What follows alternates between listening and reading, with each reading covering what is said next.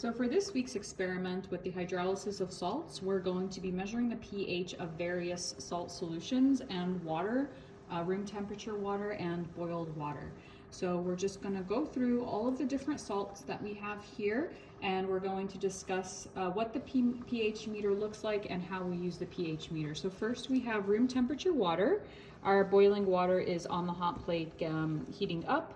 We have sodium chloride, 0.1 molar.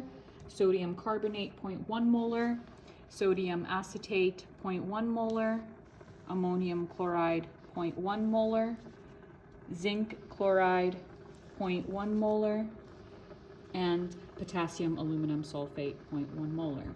And we have our water here, which is heating up. So here's our pH meter, and we have here the pH. We're going to insert our probe into the various solutions. We have a glass bulb at the bottom of the probe, and this is a sensor which measures the amount of hydronium ions in our solution. So the important thing here is that you must make sure that your sensor is washed and clean before you place it into any solution, and make sure you wash your probe between each solution so that you don't cross-contaminate.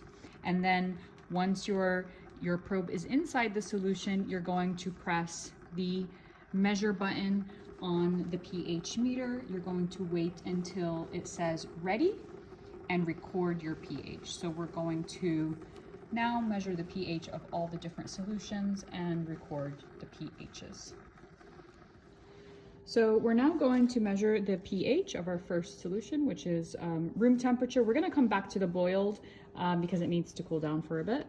So place your probe inside your solution, or your water in this case. Press measure. It's going to blink for a little while. It's stabilizing. You want to wait until it says ready.